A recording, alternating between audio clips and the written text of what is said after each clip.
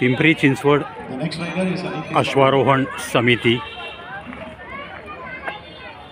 Second सेशनचा हा स्पर्धेचा भाग सुरू आहे आणि यानंतर जे जाणार आहेत ती रायडर मुलं मुली इथे या कंपाऊंडच्या अलीकडे थांबलेली आहेत. वेगळ्या वेगळ्या अकॅडमीमध्ये प्रशिक्षण घेतलेली ही विविध शाळा कॉलेजमधली मुलं मुली मस्त रायडिंगचा आनंद लुटत आहेत. स्पर्धेला जायच्या आधी थोडीशी वॉर्मअप आणि हा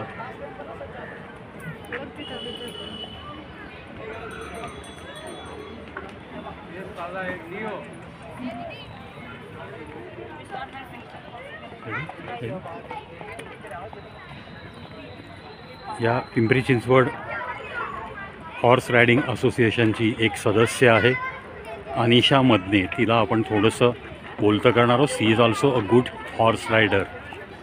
अनिशा, माझ्या चॅनलवर तुझं हार्दिक स्वागत. तू स्वतः पण एक चांगली हॉर्स रायडर आहेस. कोणत्या अकॅडमीमधनं तुझं शिक्षण झालं? नमस्कार, माझं नाव अनिशा मदने. ओके. तर मी सर्वप्रथम दिग्विजय अकॅडमी तर्फे शिकली आहे. ओके.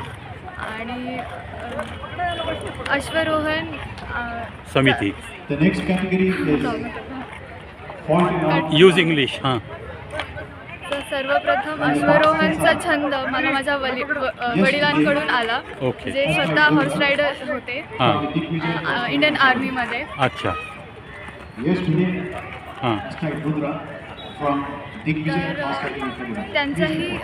त्यांचाही इंटरेस्ट खूप होता. सो आफ्टर रिटायरमेंट त्यांनी इक्वेस्टेरियन असोसिएशन ओपन करण्याचा निर्णय घेतला, जे आपल्या पिंपरी चिंचवड आणि पुणे एरियामध्ये खूप कमी लोकांमध्ये चर्चेत आहे. हा स्पोर्ट्स बेसिकली. तर आज आपला पहिलाच कार्यक्रम होत आहे. जे अश्वरोहण equestrian association of Pimpri Chinchwad तर्फे अश्वस्पर्धा आयोजित केली गेलेली आहे. तर तुम्ही बघू शकता सर्व रायडर्स आणि हॉर्सेस त्यांच्यासोबत आलेले आहेत. आणि त्यांचे सर्व इव्हेंट सकाळपासून चालू आहेत. आणि बोलायचं म्हटलं तर इक्वेस्टेरियन हॉर्स रायडिंग एक असा स्पोर्ट्स आहे ज्याच्यामध्ये तुमची फुल बॉडी इन्क्लूड होती. तुमचं मेंटल, तुमचं फिजिकल, तुमचं पूर्ण एक्सरसाइज एका स्पोर्टमध्ये होऊन जातं. आणि ते तुमच्या डिसिप्लिनसाठी खूप तुमच्यामध्ये डिसिप्लिन आणतं. खूप साऱ्या अशा क्वालिटी आणतं जे एका लीडरला हवे आहेत. Very good.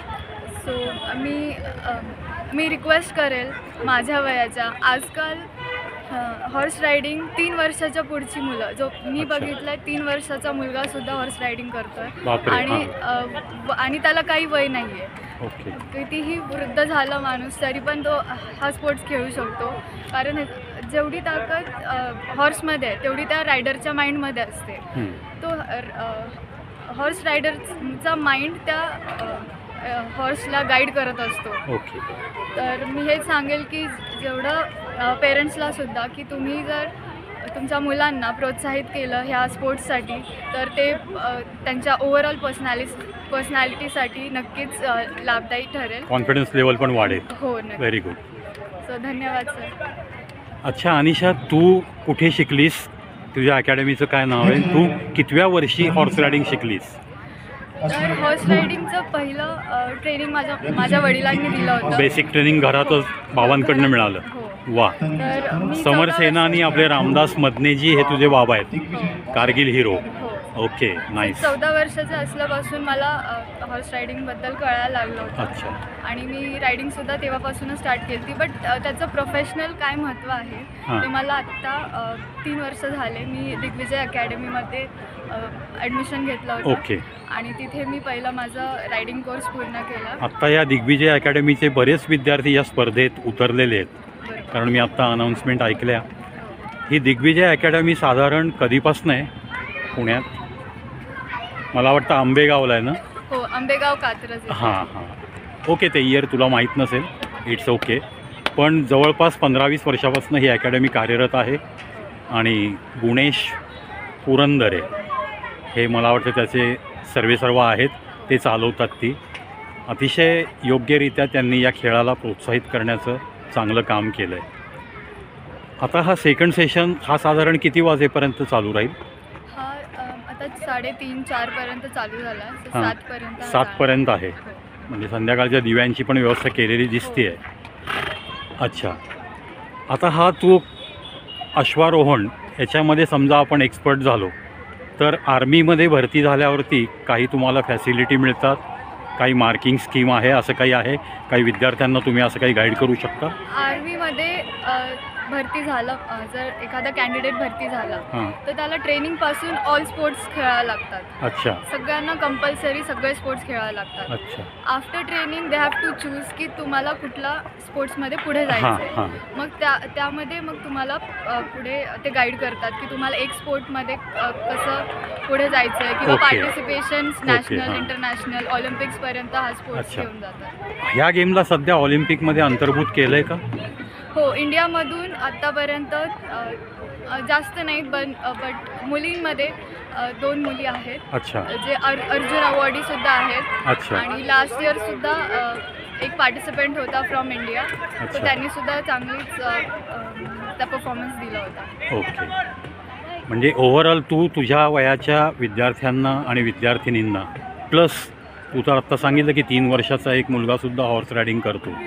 मला ती कल्पनाच करवत नाही की तो जंप कशी मारत असेल घोड्यावर बसताना, हे मी इमॅजिन करतो आहे. पण त्याच्या मनामध्ये जे काही आत्मविश्वास असेल तर तसा आत्मविश्वास प्रत्येकामध्ये निर्माण होऊ शकतो. तर तू या विद्यार्थ्यांना काय सांगशील? त्यांच्यामध्ये इंटरेस्ट क्रिएट कोणाला जर झाला तर त्यांनी नक्की या खेळाकडे बघावं असं तू गाईड करशील का? हो, सर्वप्रथम मुलांना जे सगळे इंटरेस्ट येतात ते बारीकपणापासून येतात आणि हां. ते त्यांच्या सराउंडिंगमध्ये बघतात, त्यांच्या पेरेंट्सकडे बघतात, हां. तेव्हा त्यांना हे सगळं नॉलेज येतं. सो आजकालचे मुलं जास्त तर मोबाईल, इंटरनेट ह्या हां. सगळ्यांमध्येच गुंतलेले आहे. मग इथं काही मुलं ज्यांचे पेरेंट्स त्यांना प्रोत्साहित करतात स्पोर्ट्समध्ये, हां. तर त्यांच्यासाठी एक खूप काय म्हणू शकतो आपण, म्हणजे प्लस पॉईंट असू शकतं की ते स्पोर्ट्समध्ये खूप खूप चांगलं करू शकतात आणि अच्छा. नॅशनल इंटरनॅशनलपर्यंत स्वतःला घेऊन जाऊ शकतात. हां. कारण इथे कॉम्पिटिशन कमी आहे आणि त्यांना शिकण्यासाठी पण भरपूर गोष्टी आहेत जे त्यांना लाईफ टाईमसाठी युजफुल होते. आता तुमची जी असोसिएशन स्थापित झाली आहे या पिंपरी चिंचवड एरियामध्ये, मग तुमच्याकडं ह्या कोणत्या अकॅडमी अटॅच असणार आहेत? गरिबांच्या विद्यार्थ्यांना प्रशिक्षण घेताना येणारा खर्च हा त्यांना परवडण्यासारखा असेल का? त्याच्यामध्ये तुम्ही काही कन्सेशन देणार आहात का? याबद्दल काही तुम्ही विचार केला आहेत का? कारण जेव्हा मी आत्ता सकाळपासून बघतो आहे तर हे घोडे इथं आणणं, त्यांचं ट्रान्सपोर्टेशन, त्यांची 2 दिवस निगा राखली, या सगळ्या गोष्टी, त्याचं मेंटेनन्स, त्याला खाऊ पिऊ घालणं, हे प्रत्येकाला जमू शकेल का? किंवा तुमच्या त्या फीमध्ये इन्क्लूड असतात का या गोष्टी? हो, जर आपण इथे हॉर्स रायडिंगसाठी येतो तर सर्वप्रथम जो आपला ज्याच्यावर आपण रायडिंग करणार आहे हां. तो पहिला मजबूत पाहिजे. त्याचं डाएट टाईम टू टाईम पाहिजे, हां. त्याला पाणी टाईम टू टाईम पाहिजे. सो त्यासाठी जे पण खर्च होतो ते इन्क्लुडिंग फीजमध्येच इन्क्लूड अच्छा. असतं. हां. आणि त्याचं टायमिंग असतात 3 टाईम त्याचं जे पण डाएट असतं हां. घोड्याचं, असं त्या टायमिंगमध्येच होतं. ओके. आणि त्याच्या व्यतिरिक्त जो टाईम असतो ते आम्ही रायडिंगसाठी देतो. अच्छा. आणि सोबत रेस्ट, घोड्यालासुद्धा आणि रायडरलासुद्धा, दोघांनासुद्धा रेस्ट खूप महत्त्वाचं आहे. सो हो, आणि जर करायचं म्हटलं की पैसे आय डोंट थिंक ते मॅटर करतात. अच्छा. ओके. कसंही मॅनेज करून जर कोणाला शिकायचं असेल ज्यांना तर ते आवड आहे त्यांनी भाग घ्यायला पाहिजे, शिकलं हो, पाहिजे. घ्यायलाच पाहिजे. Yes yes. Okay, thanks a lot Anisha. Wish you all the best for your future. माझ्या चॅनलला आपण वेळ दिलात त्याबद्दल तुमचे लाख लाख आभार. आणि रामदास मदनेजींनासुद्धा मी लाख लाख अभिनंदन करतो की त्यांनी आपल्या मुलीला अशा पद्धतीने ब्रॉटअप केलं आहे. तुला इतकं डेअरिंगबाज करण्यामध्ये तुझ्या वडिलांचाच वाटा आहे, हे तू पण सांगितलंस. बरं. So many many congratulations to respected Ramdas मदनेजी and of course all family which always supports you. Wish you all the best. Thank you.